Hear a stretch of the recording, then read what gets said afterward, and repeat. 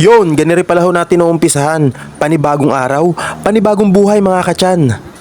Nga pala, favorite nyo gahong humigop ng mainit na sabaw?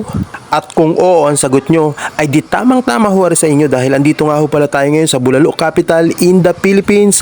Ay saan ho yan? Ay di ari ho, dini sa Tagaytay City.